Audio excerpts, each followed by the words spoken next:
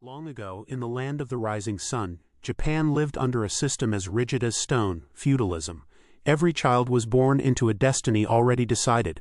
A farmer's son would toil the fields until his last breath, while a samurai's child was destined for the sword and the Bushido code. There was no escape. The samurai embodied honor above life itself. For them, disgrace was worse than death, and the ritual of seppuku, suicide by the sword, was not seen as horror, but as redemption. Imagine a world where a single mistake could demand your life, and honor was the only currency that mattered. Ordinary people, the peasants, lived harsh lives. They worked endlessly, paying heavy taxes to their lords, knowing their position could never change. Even love was chained. Marriages were alliances for power and stability, not passion. A man or woman's heart was not their own but belonged to family and clan. Cleanliness was not just hygiene, but a spiritual discipline. Bathhouses, rituals of grooming, even the way one dressed, all reflected inner purity. Society expected perfection in body, spirit, and loyalty. For women, obedience was demanded from childhood to death. Their lives were shaped not by desire but by duty. In this world, death was not feared.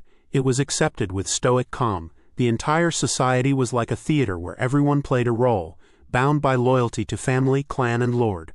A system built for order, but one that smothered freedom. And yet, outside Japan, in the vast Mediterranean, another story was unfolding. A woman unlike any other in her time was about to rise. Her name was Artameisia of Caria. Artameisia was both queen and commander. At a time when women were expected to stay silent, she led warships into battle. Her people were Greek by heritage, but her loyalty was to the mighty Persian Empire under King Xerxes. She walked a dangerous line between cultures, between expectations, and between survival and ruin. During the great clash between Persia and Greece, Artameisia made a shocking choice.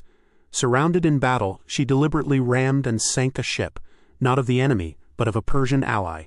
Why? To escape capture and save her fleet. Ruthless, yes, but effective. Even Xerxes, known for his pride, admired her courage and listened to her advice. She told him plainly after the disastrous battle of Salamis, "Retreat. Do not waste your army." Few dared to speak to him so boldly. Her name would echo in history through the writings of Herodotus, sometimes praised, sometimes doubted, but always unforgettable. Thus, from Japan's rigid chains to Artameisia's daring defiance, we see two worlds shaped by honor, loyalty, and sacrifice. But history does not end there.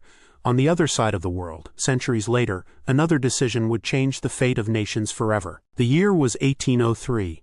Across the Atlantic Ocean, the young United States of America was about to make a purchase that would double its size and forever change its destiny: the Louisiana Purchase. For just $15 million, America acquired an immense territory from France, stretching from the Mississippi River to the Rocky Mountains. Napoleon Bonaparte, busy fighting wars in Europe, had lost his prized Caribbean colony of Saint-Domingue. Without it, Louisiana was less valuable to him, and money was far more urgent, so he sold it. For President Thomas Jefferson, the deal was a dream and a dilemma. It gave America vast new lands, but the Constitution never clearly allowed such a purchase. Still, opportunity outweighed hesitation. The deal went through, and the United States doubled overnight. But behind this triumph was tragedy. The land was not empty. It was home to countless indigenous nations who were neither asked nor compensated. For them, the purchase was the beginning of betrayal, displacement, and loss. Their sovereignty was ignored, their future overshadowed by waves of settlers moving west. The government sent Lewis and Clark to explore the new territory. Their journey mapped rivers, mountains, and wildlife, fueling dreams of expansion. Yet, with every discovery came a warning. The old ways of native life would soon be broken by the march of a new nation.